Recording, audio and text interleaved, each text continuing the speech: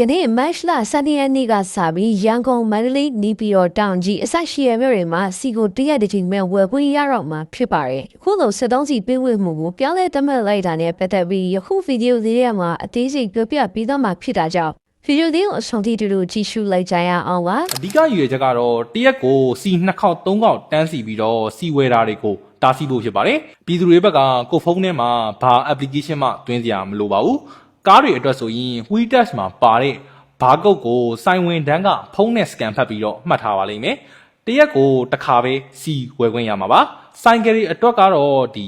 WeTouch မှာဘာကုတ်မပါလို့စိုင်ဝင်တန်းကအချက်အလက်တွေရိုက်ထည့်ပြီးတော့QR code အသစ်တစ်ခုထုတ်ပေးပါလိမ့်မယ်။အဲ့ဒီ QR code ကိုဖုန်းနဲ့ဓာတ်ပုံရိုက်ထားတာဒါမှမဟုတ်ဒီ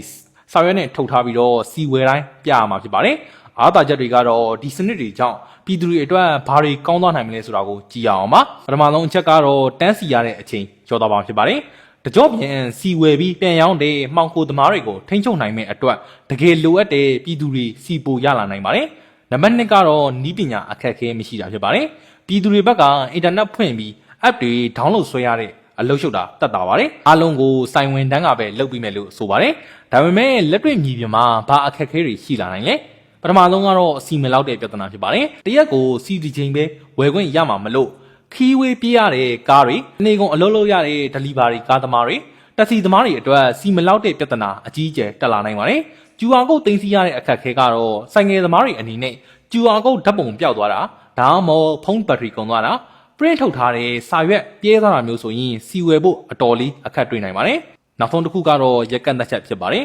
။တတ်မှတ်ထားတဲ့ဒီရင်အသုံးပြုခွင့်ရှိတဲ့စုံမရက်တွေမှာပဲစီဝယ်ခွင့်ရမှာဆိုတော့အရေးပေါ်ကိစ္စပေါ်လာရင်သွားဖို့လာဖို့အတော်လေးကြက်တဲသွားနိုင်ပါတယ်။စနစ်တစ်ခုအပြောင်းလဲမှာအားသာချက်အားနည်းချက်တွေကတော့ဒွန်တွဲနေသမျှဖြစ်ပါတယ်။အဓိကကတော့မနေ့ပြန်စတင်မဲ့မြေပြင်အခြေအနေမှာဒီစနစ်ပိုင်းဆိုင်ရာချိုးယွင်းမှုမရှိပဲဘလောက်အထိချောချောမွေ့မွေ့သွားနိုင်မလဲဆိုတာကိုပဲဆက်ပြီးစောင့်ကြည့်ရမှာဖြစ်ပါတယ်။ယခုဗီဒီယိုလေးထဲမှာဖော်ပြထားခဲ့တဲ့ဒီစနစ်တစ်ကတော့စီခိုးဝယ်ပြီးပြန်ရောင်းတဲ့သူတွေကိုထိန်းချုပ်ဖို့ကြိုးစားနေတာဖြစ်ကြောင်းသိရှိရပါတယ်။ဒါပေမဲ့ဆိုပါစနစ်တစ်နဲ့ပတ်သက်ပြီးတစ်ဖက်မှာအဆင်ပြေနေပေမဲ့တစ်ဖက်မြေပြင်မှာတော့အခက်အခဲတွေရှိလာနိုင်တယ်လို့လည်းဆိုထားပါတယ်။အထူးသဖြင့် taxi သမားတွေ delivery သမားတွေအတွက်အဆင်မပြေဖြစ်နိုင်သလို QR code ကိစ္စတွေကလည်းအလုံးရှုပ်စရာတွေဖြစ်လာနိုင်ပါတယ်။ဆိုပါကိစ္စတွေနဲ့ပတ်သက်ပြီးပြည်သက်ကြီးရောဒီစနစ်တဲ့အပေါ်ဘယ်လိုထင်တယ်လဲဆိုတာကိုယ်ကမှပါဝင်ဆွေးနွေးပြခဲ့ကြပါအောင်နော်။